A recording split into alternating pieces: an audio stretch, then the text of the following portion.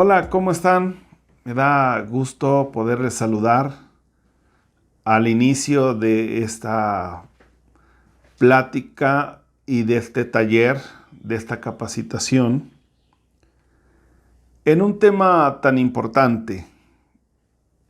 Recurrentemente nosotros pasamos por duelos, a veces no personales, pero sí de amigos, de familiares, de seres que amamos.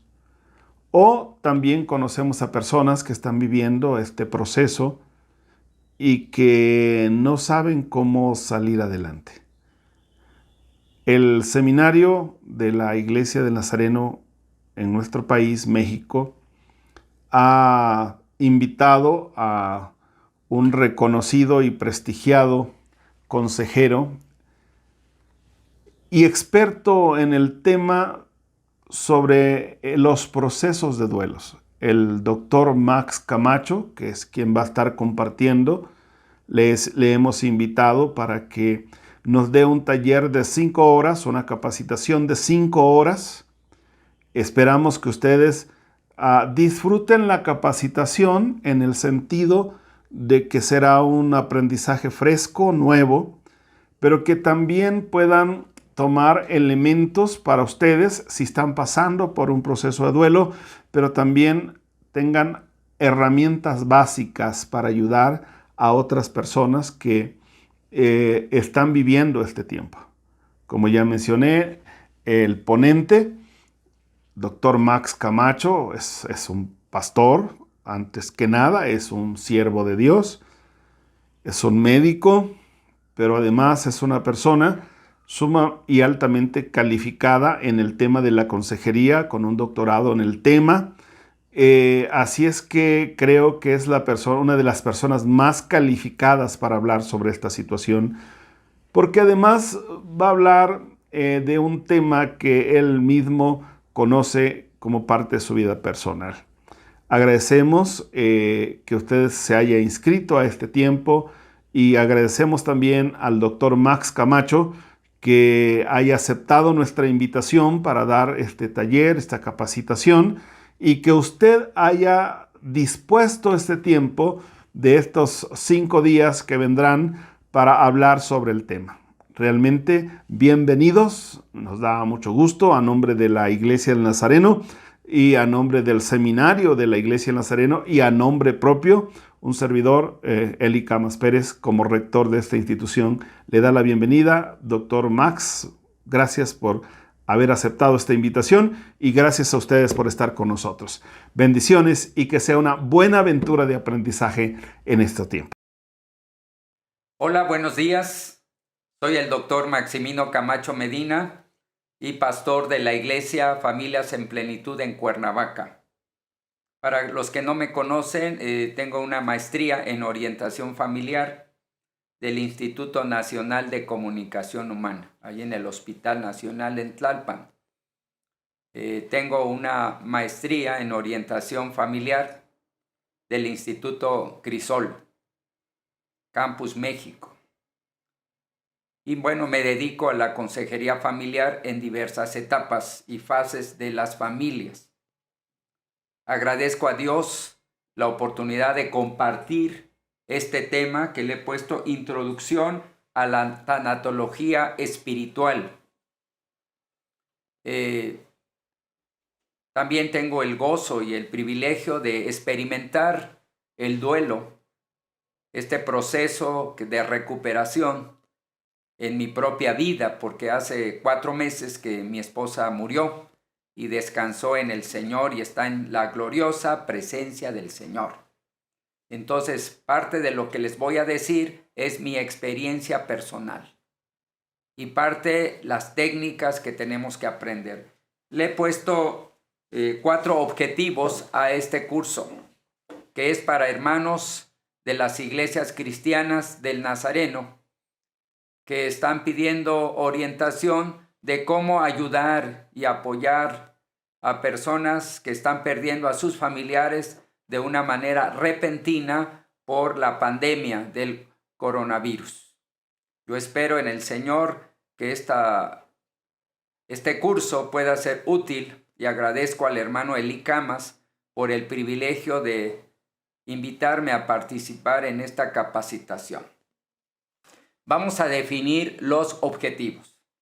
Primero, entender el proceso emocional, espiritual ante la pérdida de un familiar, de un ser muy amado. Es decir, el duelo no es un momento, el duelo es un proceso que tiene como mínimo 5 etapas. Entonces tenemos que entender esto para poder irnos con lentitud y paciencia ante los familiares que vamos a ayudar. Número 2, reconocer el perfil de un consejero cristiano en tanatología. Es decir, qué cualidades, qué rasgos debe tener esta persona que se quiere ofrecer para apoyar, sostener, conducir a personas que han perdido a un ser amado. Número 3, conocer las etapas del proceso del duelo. Como dije hace rato, es un proceso. No es solamente darle un versículo de la Biblia, orar por él y ya se terminó el proceso. Sin duda que ustedes han tenido tal vez el dolor de haber perdido a un ser amado. Y se dan cuenta que el dolor nos persigue a través del tiempo. Y bueno, algunos duelos se estancan y no se elaboran correctamente y el dolor persiste a veces hasta años. Y el cuarto objetivo es conocer técnicas y principios de la palabra de Dios para ofrecer ayuda y consuelo a las personas que están perdiendo familiares, amigos, hasta pastores en este tiempo peligroso de la pandemia. Déjenme leer un pasaje de la Escritura que nos va a servir de base. Está en el Evangelio de Juan, capítulo 11, versículo 17, donde se refiere a la muerte de Lázaro. Dice así: vino pues Jesús y halló que hacía ya 4 días que Lázaro estaba en el sepulcro. Betania estaba cerca de Jerusalén, como a 15 estadios. Y muchos de los judíos habían venido a Marta y a María para consolarlas por su hermano. Entonces Marta, cuando oyó que Jesús venía, salió a encontrarle, pero María se quedó en casa. Marta dijo a Jesús: Señor, si hubieses estado aquí, mi hermano no habría muerto. Mas también sé ahora que todo lo que pidas a Dios, Dios te lo dará. Jesús le dijo: tu hermano resucitará. Marta le dijo: yo sé que resucitará en la resurrección del día postrero. Y le dijo Jesús: yo soy la resurrección y la vida. El que cree en mí, aunque esté muerto, vivirá. Y todo aquel que vive y cree en mí, no morirá eternamente. ¿Crees esto? Y le dijo: sí, Señor, yo he creído que tú eres el Cristo, el Hijo de Dios que ha venido al mundo. ¿Me permiten hacer una oración? Señor, queremos poner bajo tu autoridad todo este curso que esperamos, Señor, con la ayuda de tu palabra y el Espíritu Santo, nos oriente de cómo llevar esperanza a los que han perdido seres muy apreciados. Dirige mis palabras, mis pensamientos, y que tú seas honrado y glorificado en este curso. A ti la gloria y la honra por todos los siglos de los siglos. Amén. Entonces vamos a empezar definiendo la palabra duelo. Dice la palabra: así como está decretado que los hombres mueran una sola vez. En Hebreos 9:7. La muerte nos va a acompañar desde la cuna hasta la vejez. Entonces, ¿qué es el duelo? Es el proceso de adaptación tanto emocional, espiritual, ante la pérdida de un ser amado. Puede ser cualquier pérdida, pero hoy nos vamos a enfocar a la pérdida rápida de personas que están enfermando de coronavirus. Porque puede haber pérdidas por un miembro del cuerpo, puede ser pérdidas de la juventud, a los que ya entramos a los 60 años, pérdida por jubilación, pérdida de los hijos, nido vacío, se van y nos dejan solos, son pérdidas. El ser humano tiene que aprender a superar las pérdidas, porque si no va a haber reacciones de frustración, enojo, amargura. Entonces, el duelo pues es un proceso de adaptarnos. No es fácil la adaptación, Resistimos la adaptación.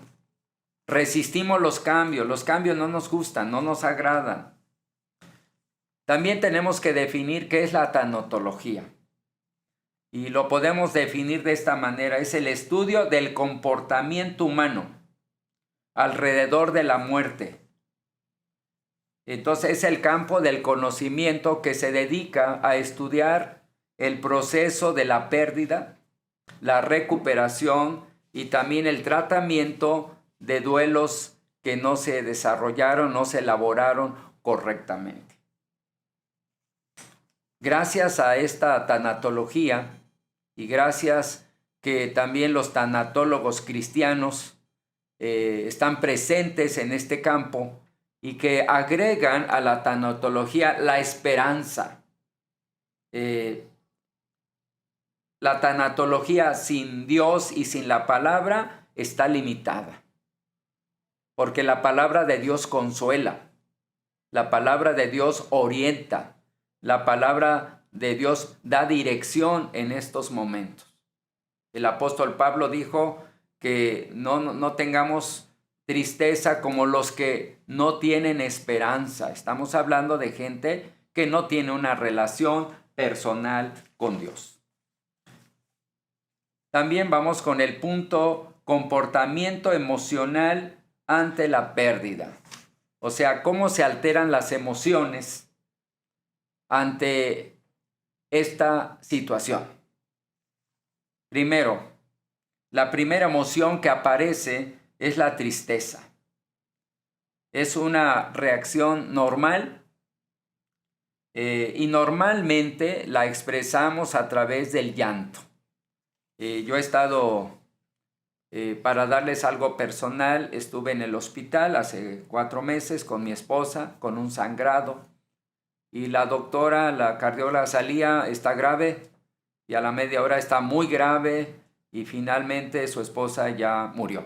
Entonces yo tenía un llanto, empecé a sentir un vacío, una tristeza ante la partida de mi esposa y empecé a llorar solo ahí en la sala del hospital. Gracias a Dios que estaban conmigo algunos hermanos de la iglesia que me fortalecieron. O sea, la presencia de amigos genuinos, sinceros, amorosos, ayuda bastante. Entonces la tristeza se presenta. Otra emoción es el enojo. O sea, nos vamos a enojar y tiene 2 orígenes esta emoción. La primera es la frustración de no poder evitar la muerte. Es decir, nos sentimos enojados y a veces nos preguntamos si no hicimos lo suficiente.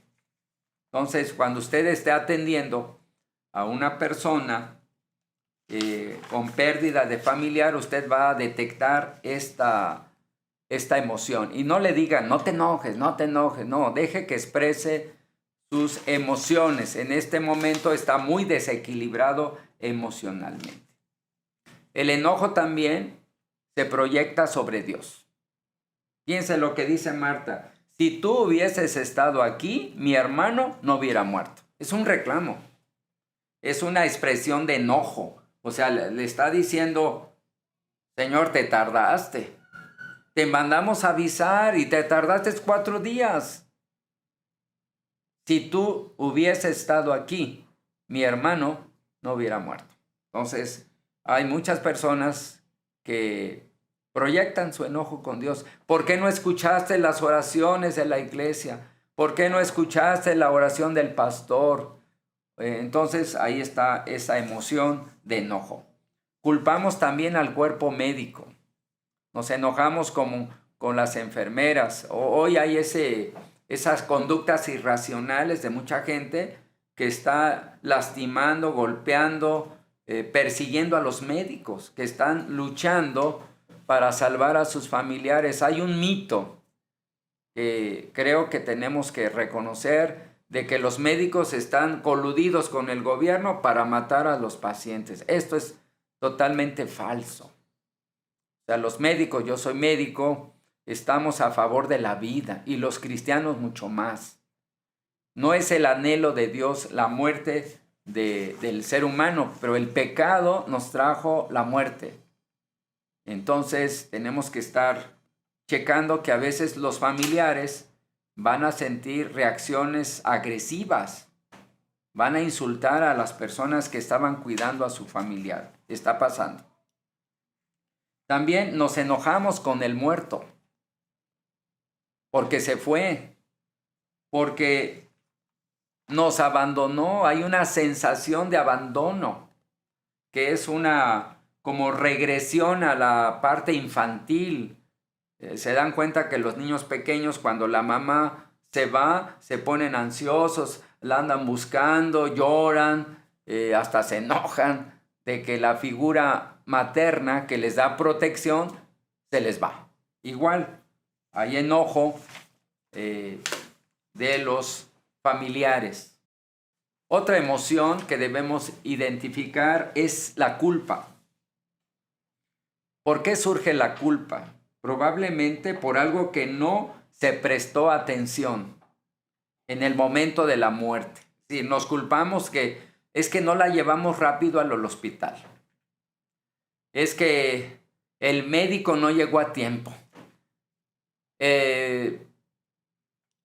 Pues mi hermano, que lo llamé para acompañarme al hospital, llegó tarde. Entonces empezamos a culparnos de la muerte de nuestro ser amado.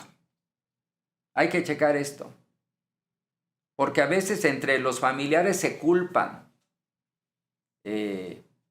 Hay decisiones que debemos tomar. A veces el médico dice, hay que operar a su paciente, y hay que operarlo ya. Y entonces hay opiniones contradictorias. Unos quieren operarlos, otros no, y ahí está. Y yo he escuchado, si autorizas que lo operen y se muere, te responsabilizo. Ay, esas reacciones muy negativas, irracionales, se presentan. Yo he tenido que hacer labor de mediación, de pacificación entre los familiares que están experimentando estos momentos muy graves. Volviendo un poquito al enojo, a veces la incapacidad del personal del hospital para informar lo que está pasando con el familiar, o la incapacidad de permitirle que lo vea cuando menos que está en la cama, hace que empecemos a pensar, enojarnos irracionalmente. Hay lugares donde se está agrediendo a los médicos, al hospital, se apedrea, precisamente porque esta pandemia hizo evidente que hace falta mucho entrenamiento del personal administrativo y del personal médico para informar correctamente y oportunamente de lo que está pasando dentro de este hospital acerca del cuidado de sus familiares. Otra emoción que se va a presentar es ansiedad. Primero, ante la propia mortalidad, es decir, la muerte de un ser amado, papá, hermano, tío, pastor, nos va a reflexionar, vamos a empezar a pensar en la propia muerte, en que somos finitos. en que un día también nos va a tocar a nosotros. Y hoy hay ansiedad y miedo. El miedo, ¿por qué? Porque es un virus que no se ve, no es fluorescente. O sea, hay miedo. Tenemos miedo de agarrar un vaso, tenemos miedo de la chapa de la puerta, tenemos miedo hasta de los zapatos al entrar a la casa. O sea, hay un miedo ya casi irracional. No queremos tocar nada, que nadie nos toque. Y es cierto, la sana distancia, 1,5 metros, es lo correcto. Es lo médicamente recomendado. Usar el cubrebocas en su momento, nada más que muchos lo usan como ya permanente. No, recuerda que el cubrebocas es para cuando vamos a interactuar o vamos a ir a un lugar público. Pero yo veo personas que usan el cubrebocas en la boca, dentro del automóvil. No, les da hasta alteraciones respiratorias.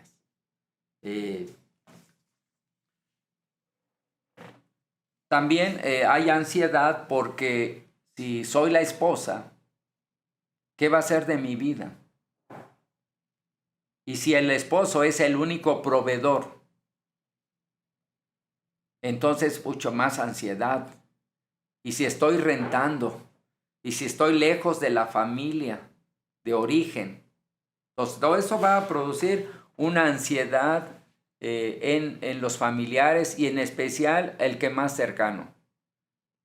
Los hijos y la esposa se van a presionar ante esta circunstancia. Miren, el que alguien de la familia se esté muriendo va a causar fatiga, que es otra de las emociones y sensaciones físicas. La tensión de ya se muere, no se muere, que está grave, que hay que ponerle oxígeno, que ya se presentó la disnea, o sea, no puede respirar. Viene muchísima tensión, mucho estrés. Y esto va a descargar en el cuerpo una apatía y un desgano. O sea, la gente se siente sin fuerzas. Entonces, hay que checar la fatiga que puede presentar los familiares y ver quién es el que más se fatiga. Hay que recomendar que se alternen el cuidado. O sea, hay mujeres que se quedan allí en el hospital o afuera del hospital durante todos los días que el enfermo está hospitalizado. Se acuestan en el suelo, una cobijita. Entonces, a veces no comen bien, no duermen bien. Es un sueño superficial. Todo esto lo tenemos que saber los consejeros para ver qué cuidados y qué apoyo podemos dar a estos familiares. Hay conmoción, como un shock ante la muerte, sobre todo cuando es repentina. La gente me dice, pero doctor, yo estaba hablando con él, se veía bien. Y en la tarde estaba muerto.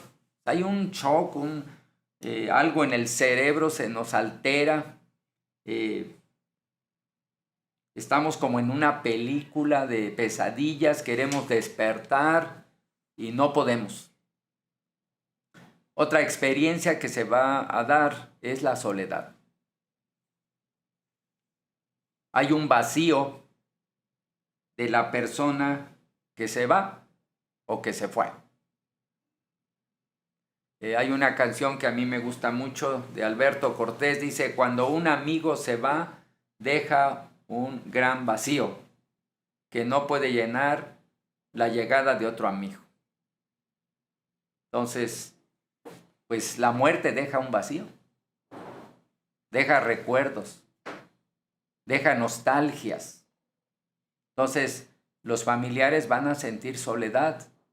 En medio de una multitud, se sienten solos. Evitemos esas palabritas que no ayudan, hasta hacen enojar. Sé lo que siente. No, usted no sabe. Si usted no ha tenido la muerte de un ser muy cercano, una esposa, un esposo, no le diga al paciente, sé lo que siente. No. No, no, no. Miren, yo había dado muchos cursos de tanatología. Había consolado y orientado a muchas familias, pero no me había tocado tan cercano como la muerte de mi esposa. Entonces, ahora la tanatología es vivencial. O sea, yo estoy en el proceso de recuperarme físicamente porque bajé de peso, emocionalmente porque sí entré en una melancolía, en una depresión, y la soledad. O sea, llegar a la casa y no hay nadie. Y ahí están los recuerdos, la recámara, la cocina, la ropa, los zapatos. Bueno, es un momento difícil para mí, fue difícil. Hay la impotencia, es otra emoción que se presenta por la incapacidad de ayudar al enfermo para que no se muriera. O sea, el ser humano tiene límites. Solamente Dios es omnipotente. Todo lo puede. Nosotros no. Entonces, hasta los médicos decimos, mire, ya hicimos todo lo posible. Ahorita estamos esperando un milagro de Dios. Eso lo decimos los médicos cristianos. Decimos, Dios tiene la última palabra. Entonces, reconozcamos cuando el paciente o el familiar tiene esta sensación de impotencia. Hay otra emoción que hay que entenderla bien. El descanso o el alivio ante la muerte del familiar. Es un sentimiento contradictorio. No deseamos que se vaya, pero al mismo tiempo queremos que descanse del dolor, las molestias que está experimentando. O sea, ver a una persona con disnea que no respira, que le cuesta trabajo, que está sufriendo, no es agradable. Aparte de la posible contaminación, los médicos han puesto un cerco sanitario, es decir, no permiten que los familiares estén en el cuarto, estén en terapia intensiva porque va a haber contaminación. Pero tampoco es muy agradable ver al paciente irse muriendo, que es el anhelo de todo familiar. Quiero cerrarle los ojos, ver cuando da el último suspiro. Es normal y a veces necesario y adecuado. Vamos a ver otro aspecto, las sensaciones físicas que pasan durante el proceso de duelo, es decir, la etapa inicial. Ahorita estamos hablando de la etapa inicial, o sea, entré al hospital con mi paciente y se me murió. Esa etapa inicial. Después vamos a ver las etapas posteriores, qué vamos a hacer con la persona que está en duelo a los 2, 3, 4, 6 meses. Algunos consideran que un duelo normal dura un año, año y medio. Depende de la personalidad y depende de la vida espiritual de los familiares. Entonces, ¿qué pasa con el cuerpo? ¿Cómo nos afecta la pérdida de un familiar?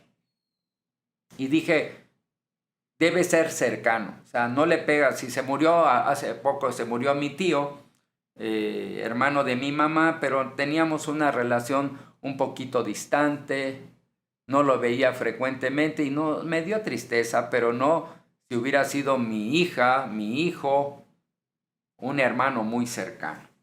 Primero hay una sensación de vacío gástrico, o sea, se sienten las emociones aquí en el estómago, una sensación de vacío. ¿Qué pasa con el apetito? Se nos va. ¿Ha visto que las personas que están graves, ¿quieres una tortita? ¿Te traigo un refresco? No. O sea, se pierde el apetito. Hay una fatiga intensa y en algunos casos se presenta en el insomnio. No pueden dormir. Algo que me pasó a mí, que tuve que trabajar con mi consejero fue que yo despertaba a las 3:30, que fue la hora en que mi esposa murió. Y cada noche, así como relojito, 3:30 y despertaba. Y entonces tuve que consultar con un consejero por qué me estaba pasando eso.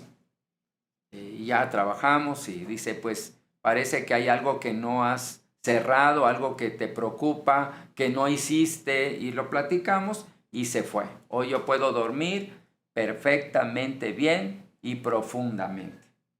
¿Qué se presenta en los familiares? Irritabilidad. Se van a volver irritables.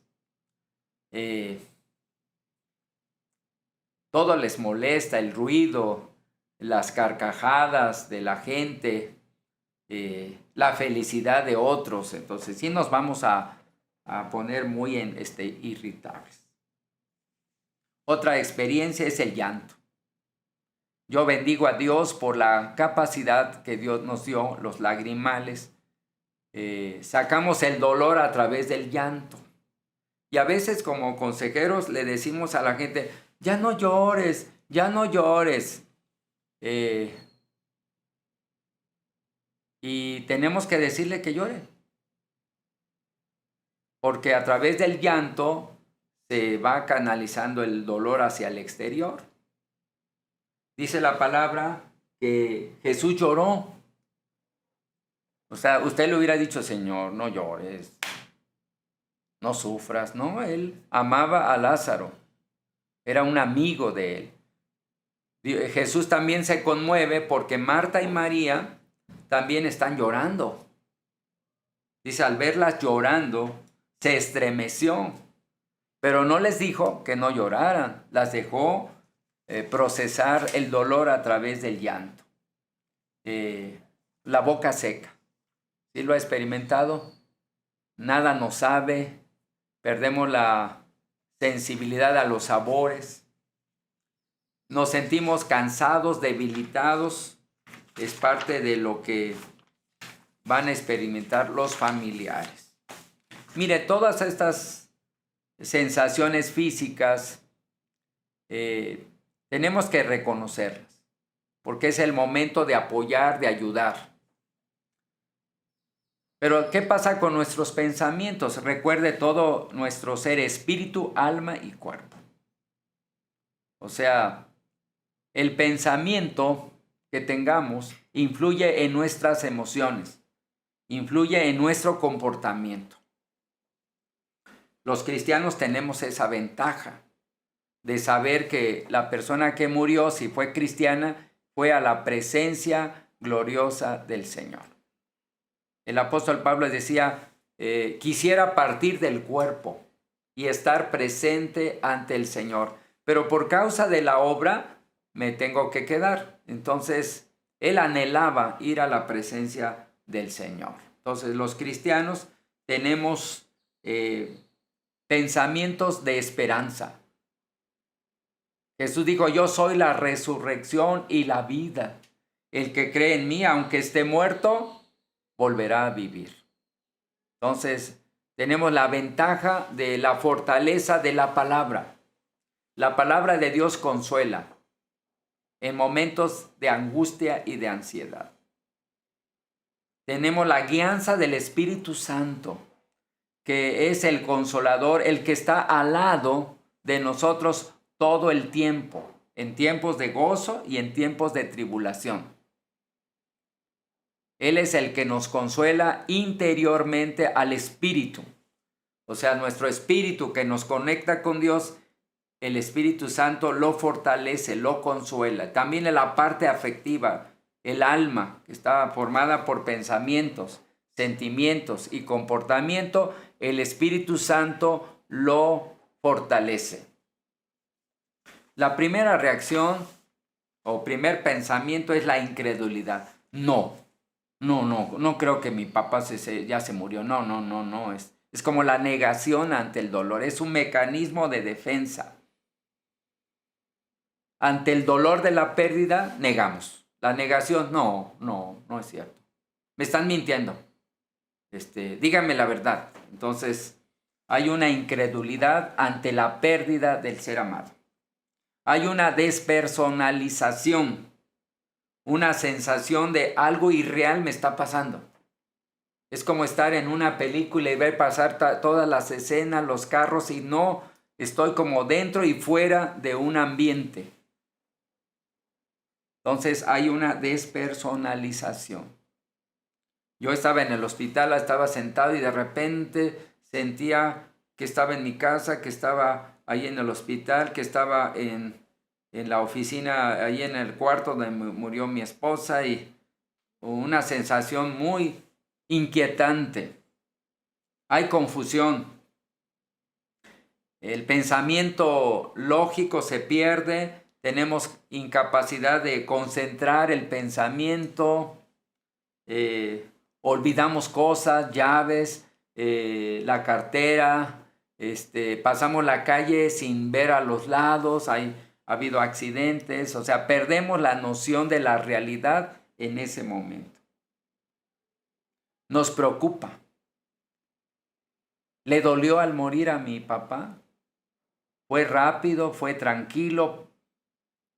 Y como no hay esa conciencia y no hay esa posibilidad de ver a tu familiar morir por las restricciones hospitalarias, entonces pues la angustia se eleva. Le dolería, estaría angustiado, lo ayudaron o no. Entonces todas esas sensaciones, pensamientos van a provocar dolor y angustia.